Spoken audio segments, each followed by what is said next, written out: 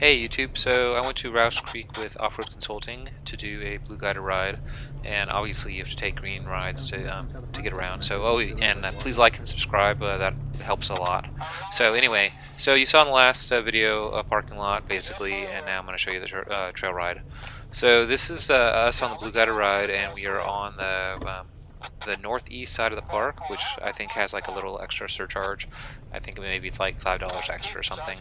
But there's no additional surcharge as far as I am aware. If you go with off-road consulting, it's the same fee no matter where they send you. But if you just show up like in the park and pay the regular park fees, like at the regular window and just kind of go on your own, then you pay like a little bit extra, I think, to go to the side. So anyway, we're going to the northeast side today, so you're going to see video footage all from the northeast side on all the subsequent videos. We didn't do anything on the other side, and there'll be videos that show the other side. I just haven't filmed them yet. So anyway, on the northeast side, this is the entrance, and obviously it's very wide and very flat, and it has to be basically a gravel road when you get from the street to the trail, because it has to accommodate all the different levels, and it has to accommodate being able to get ambulances in and out. And you probably saw a sign that says something about camping. So the way that camping works at Rausch Creek is basically, I think it's like free, and people are gonna be like, what, free camping? But it's more like boondocking or wild camping or primitive camping, in that you just basically have this big parking lot that you can just park in and camp. And they give you some directions on where in the parking lot, like they want you to camp, and basically it just means don't camp right in front of the office, or where you can get ran over. Camp like in the back corner.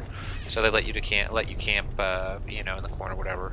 Now this area here that we're passing through, this like rather large area, this is the area where it said no camping, where they meant like there's no camping. However, that's kind of a misnomer. When they have really large supersized events like Topless for Tatas, and there's probably a couple other events where they have like the entire parking lot full and they have vendors in the parking lot, they don't have space to accommodate camping in the parking lot. And so during the special events, they do camping on this side where it said no camping. They allow camping specifically in that area that you just saw, but don't try to camp there unless like the office tells you that's where you need to camp at.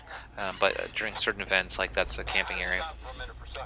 So this is a green trail that we're on. This is an N1 trail, and like I was indicating in the last video, the trails are much wider and much more beat in at Rausch Creek, and even when we get on the blues and stuff, you're going to see that also. There are a few tight little spots, but overall, they feel very wide. Like there's no challenge at all on trees coming down like attacking you or whatever from the sides. Now, I had this interesting conversation with somebody when I was in line, and I was kind of thinking about what they said, and after the day of going out, I actually think that what they said was actually kind of a correct assessment. And what their statement was is they thought that if you compared the greens between the two parks, like the greens at Rausch and the greens at AOAA, for like strictly the green trails at Rausch Creek have a tendency of being more interesting and more difficult at Rausch Creek than they are at AOAA. So most of the green trails at AOAA are rather flat, and they don't have like that many obstacles on them, and they're much easier at AOAA than they are at Rausch. And I think I kind of am starting to agree with him on that for the greens specifically, Rausch is a little bit harder for the greens. However, the other thing that he had pointed out was the blues. There's also a significant difference between the two parks on the blues. So what his point of view was, and I'm starting to agree with him also, is at AOAA, the blues are more difficult than at AOAA than they are at Rausch. So it's like the opposite. And that seems like a fair assessment also, and you'll see that. Now, what I kind of feel is that I don't think that Rausch does as much maintenance, and I don't know that this for sure, on their trails. So what ends up happening is maybe a trail is rated as like a green, but then slowly but surely like a big mud hole appears, or just from heavy use, and then all of a sudden something gets beat in or washed out or whatever, and then the obstacle is kind of bigger than it's supposed to be, and that kind of makes the green more like maybe like a baby blue, right? Where the other thing I noticed, and you'll see this like later on, I'll mention and point it out, is the obstacle size, like on the blues. And I know this isn't a blue, so it's not a good example. It seems like most of at AOAA The blues are very narrow compared to Rausch, and that makes them harder, obviously. And they have a lot more obstacles on them, it seems like. But the obstacles are a consistent size. Where, like, when you compare it to, like, at least the trails that I've gone on in these videos that you'll see over the next couple days, there are fewer obstacles on the blues at Rausch, but the obstacles are bigger. You know, so like a rock that you see like randomly on a blue at Rausch might be kind of like the rock that you see randomly on a black at AOAA. But there's only one rock, and you can most likely drive around it. So, you know, you're not really forced to go over the obstacle. It's just like a different kind of terrain. It's just different, so to speak. I'm not trying to say one's better than the other, it's just different.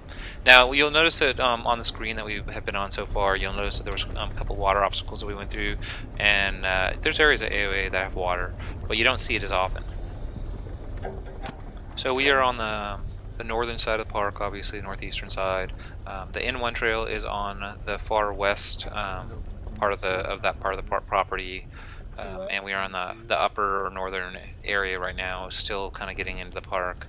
The very next trail that we hit will be a blue trail. So, like with where we're at on the N1 trail, if somebody wanted to look on the map, is we're coming up on the X5 connector and the F1 Frank 1 trail, and that's where we'll cut the video like right when we start the blue on N2, and you know. That's sort of you know, what I'm seeing at this park, and kind of what I picked up on, kind of giving it another assessment, because it's been a while since I've been to this park. It's been a couple months, and I think I've only been to this park maybe once or twice this year. Twice or maybe 3 times. I go to AOA all the time. I don't go to Rausch very often just because I don't have a season pass.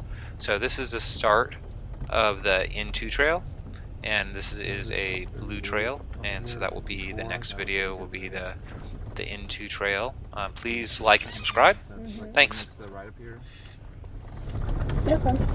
Yeah, looks like we're going to stay on the blue, so